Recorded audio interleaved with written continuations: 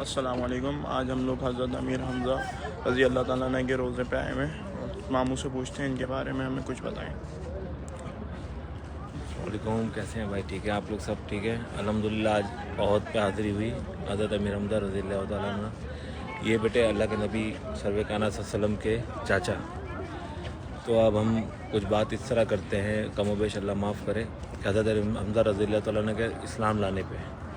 تو ایک دن اس طرح ہوا کہ حضرت امیر حمزہ شکار پہ گئے ہوئے تھے, اور اللہ کے نبی سرور کائنات صلی اللہ علیہ وسلم تشریف لے کر آ رہے تھے میرے خیال میں جبل صفا سے, تو وہاں سے صفا سے. تو راستے میں جاہلوں کا سردار, جاہلوں کا باپ ابو جہل مل گیا. تو جاہلوں کا, ہر دور کے جاہلوں کا سردار اور باپ جو ہے نا ابو جہل ہی ہے, یہ آپ سمجھ لیں. تو اس نے اللہ کے نبی صلی اللہ علیہ وسلم کو کافی برا بھلا کہا. تو اس دفعہ اللہ کے نبی صلی اللہ علیہ وسلم نے اس کو کوئی جواب نہیں دیا. تو ہم کو بات سمجھ میں بھی آئی کہ یہ بھی سنت رسول ہے کہ کبھی کوئی جاہل آدمی کچھ بول رہا ہو تو آدمی خاموشی بھی اختیار کرتا ہے. اور خاموشی ایک بہت بڑا ہتھیار ہے, خاموشی ایک بہت بڑا ہتھیار ہے. اور اللہ کے نبی نے کچھ جواب نہیں دیا اس کو, بک بک کرتا رہا جاہلوں کا سردار.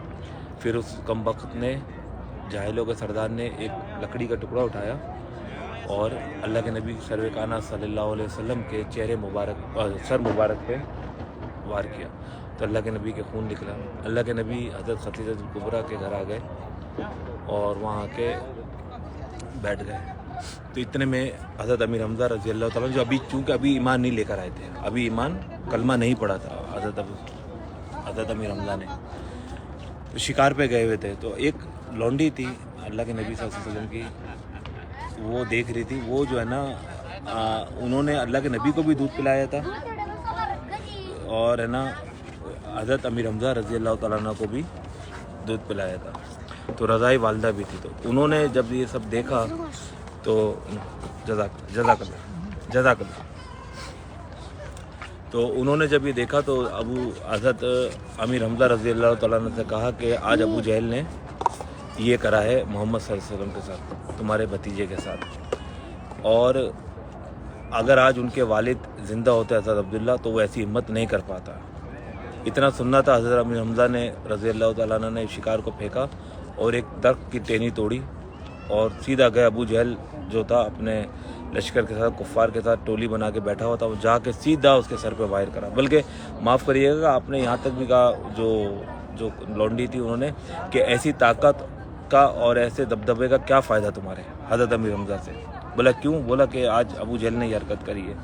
تو پھر آپ فوراً جو ہے نا وہاں گئے اور ابو جہل جو تھا بیٹھا ہوا تھا کفار کے ساتھ ٹولی بنا کے, آپ نے ان کو جو بیٹے پانی کی بوتل لیا اگر بھری ہوئی ہے تو اٹھا کے لیا اپنی, تو آپ نے جا کے سیدھا اس کے سر پہ دے مارا اور اس کو لہولان کر دیا, پورا سیدھا لہولان کرا. پھر اس ابو جہل کچھ حرکت کرتا ہے, کوئی اور حرکت کرتا ہے, تو کسی نے بولا نہیں رہنے دے, یہ طاقتور ہے. اور آپ بلا شک و شبہ حضرت امیر حمزہ بے طاقتور تھے اور دلیر تھے, کبھی کسی سے دبنے ڈرنے والے نہیں, اور جو بات حق کی ہے وہ کہہ دینے والے.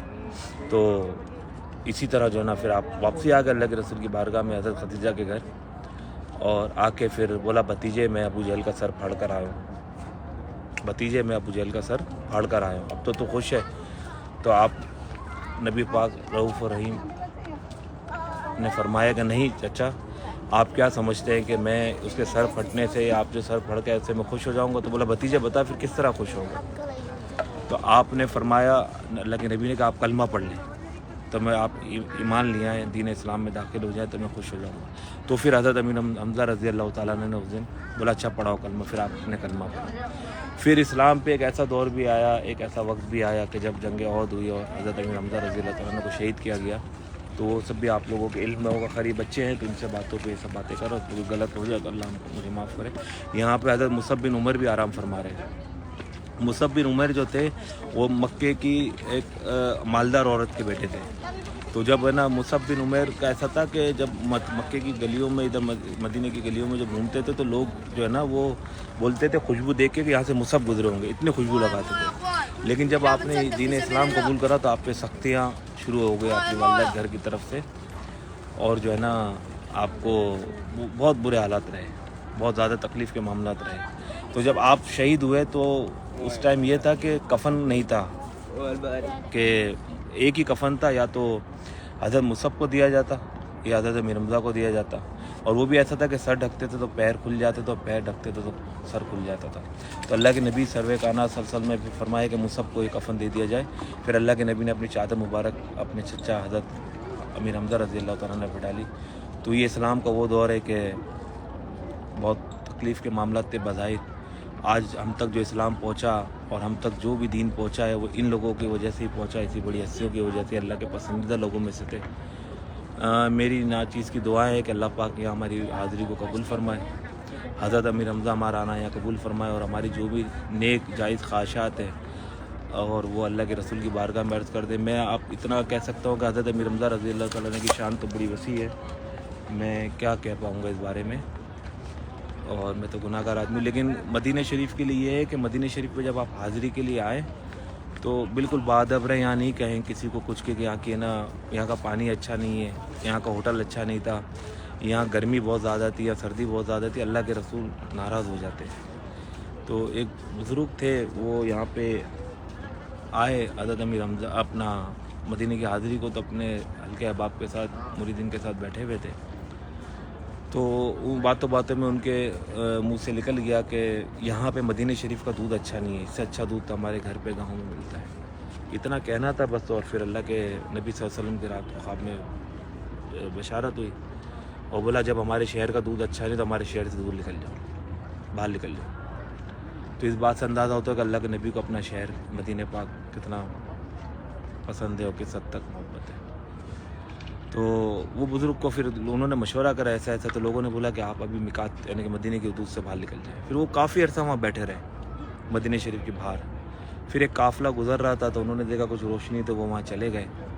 انہوں نے جا کے دیکھا کہ نا وہ اپنا ایک آدمی ہے، تو بولا بات کری، بولا کیا آپ ادھر بیٹھے تھے؟ انہوں نے کہا ہاں جی مجھ سے ایسی غلطی ہو گئی تھی. تو وہ پھر اس قافلے میں سے کسی شخص نے کہا کہ آپ حضرت امیر حمزہ رضی اللہ تعالیٰ عنہ پہ جائیں عہد پہ، اور وہاں جا کے دعا کریں. پھر آپ اللہ کے رسول کی بارگاہ میں عرضی ڈال دیں گے اور آپ اللہ کے رسول کو آپ کو معافی مل جائے گی. تو وہ بزرگ پھر اس طرح یہاں آئے حضرت امیر حمزہ رضی اللہ تعالیٰ عنہ پہ، اور پھر اس کے بعد ان کو معافی ملی. تو مدینہ شریف میں آدمی کو سنبھل کے رہنا چاہیے، کوئی گلہ شکوہ نہیں، کچھ نہیں. باقی جاہلوں کا سردار، ہر دور کے جاہلوں کا سردار ابو جہل، جاہلوں کا سردار، جاہلوں کا باپ بھی اس کو کہا سکتا ہے. تو اللہ پاک ہم کو جاہلوں سے بچا کے رکھے، اللہ اپنے حفظ الامان میں رکھے، اللہ نیکوں میں رکھے، اہل حق میں شامل رکھے اللہ میں. اور ہم سے جو بھی جانے انجانے، دانشتہ نہ دانشتہ جو گناہ سرد ہو گئے اللہ ان پہ ہم کو معاف کرے اس پاک مقدس جگہ کے صدقے. اور بس آگے اللہ کے حوالے. فی امان اللہ. اللہ ہم سب کا حامی و ناصر. کوئی غلطی کوتاہی اس میں ہو گئی ہو